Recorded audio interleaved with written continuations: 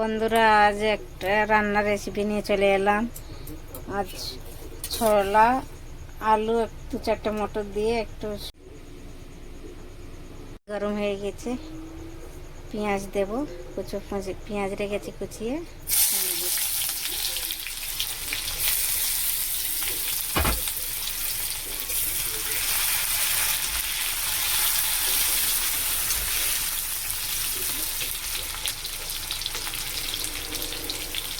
রসুন ঘষে রেখেছি, রসুন দিচ্ছি। আদাটা ঘষেছি, আদা দিচ্ছি। ভাজা ভাজা হয়ে গেলে এটার মধ্যে টমেটো দিয়েছি, সিদ্ধ করে নিয়েছি টমেটো দিয়ে।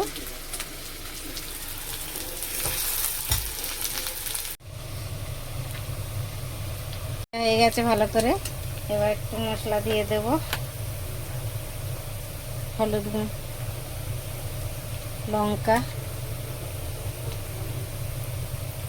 ধনের গুঁড়ো, অল্প একটু জিরের গুঁড়ো,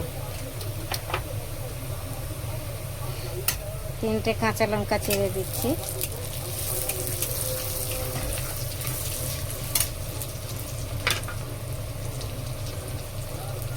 পরিমাণ মতন নুন।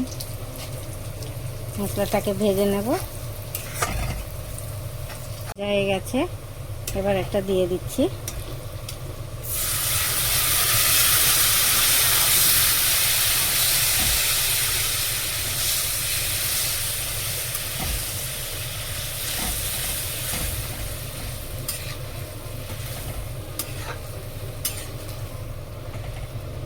দিয়ে দিয়েছি, এবার একটু জল দেব।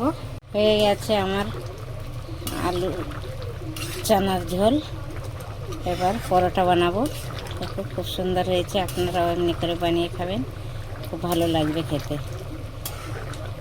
টেস্টি হয়েছে ভালো।